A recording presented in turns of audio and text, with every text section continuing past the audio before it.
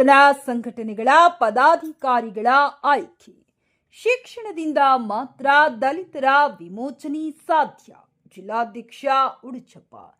ಗಂಗಾವತಿ.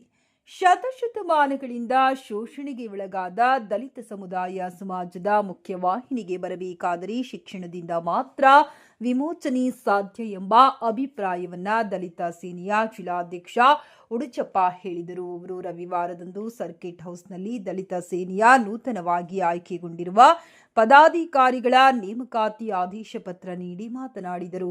ಸಂವಿಧಾನ ಶಿಲ್ಪಿ doctor B R Ambedkar ಕಂಡಂತೆ ಅವರ ಆಶಯದಂತೆ ಶಿಕ್ಷಣ, ಸಂಘಟನೆ, ಹೋರಾಟ, ಅವುಗಳ ಜೊತೆಗೆ ಗುಣಮಟ್ಟದ ಉನ್ನತ ಶಿಕ್ಷಣವನ್ನ ಪಡೆದುಕೊಂಡು ಸಮಾಜದಲ್ಲಿ ಸ್ಥಾನಮಾನ ಪಡೆದುಕೊಳ್ಳುವಂತಾಗಬೇಕು. ಇದಕ್ಕಾಗಿ ಸಂಘಟನೆಯ ಪದಾಧಿಕಾರಿಗಳು ತಮಗೆ ವಹಿಸಿದ ಜವಾಬ್ದಾರಿಯನ್ನ ಚಾಚೂ ತಪ್ಪದೆ ಯಾವುದೇ ಸಮಾಜದ ಮಗು ಶಿಕ್ಷಣದ ಸೌಲಭ್ಯದಿಂದ ವಂಚಿತರಾಗದಂತೆ ಶಾಲೆಗೆ ಕಳಿಸುವಂತಾಗಬೇಕು. ಜೊತೆಗೆ ಸರ್ಕಾರದಿಂದ ದೊರೆಯಬಹುದಾದ ಎಲ್ಲಾ ಸೌಲಭ್ಯಗಳನ್ನು ಪಡೆದುಕೊಳ್ಳಲು ಅತ್ಯಂತ ಪ್ರಾಮಾಣಿಕವಾಗಿ ಕಾರ್ಯಪ್ರವೃತ್ತರಾಗಬೇಕೆಂದು ಕರೆ ನೀಡಿದರು. ಈ ಸಂದರ್ಭದಲ್ಲಿ ಪ್ರಗತಿ ನಗರದ ಗ್ರಾಮ ಘಟಕದ ಅಧ್ಯಕ್ಷರನ್ನಾಗಿ ದುರ್ಗಾರಾಜ್, ಗಂಗಾವತಿ ನಗರ ಘಟಕದ ಅಧ್ಯಕ್ಷರನ್ನಾಗಿ ವಿರುಪಣ್ಣ ಸಂಗಾಪುರ್ ಅವರನ್ನ ಸರ್ವಾನುಮತದಿಂದ ಆಯ್ಕೆಗೊಳಿಸಿ ಆದೇಶ ಪತ್ರವನ್ನ ನೀಡಿದರು. ಈ ಸಂದರ್ಭದಲ್ಲಿ ಜಿಲ್ಲೆಯ ಹಾಗೂ ತಾಲೂಕಿನ ಹಾಗೂ ಗ್ರಾಮದ ಎಲ್ಲಾ ಪದಾಧಿಕಾರಿಗಳು ಪಾಲ್ಗೊಂಡಿದ್ದರು. ಇದಕ್ಕೂ ಪೂರ್ವದಲ್ಲಿ ಡಾಕ್ಟರ್ ಬಿಆರ್ ಅಂಬೇಡ್ಕರ್ ಅವರ ಭಾವಚಿತ್ರಕ್ಕೆ ಪೂಜೆ ಸಲ್ಲಿಸಿ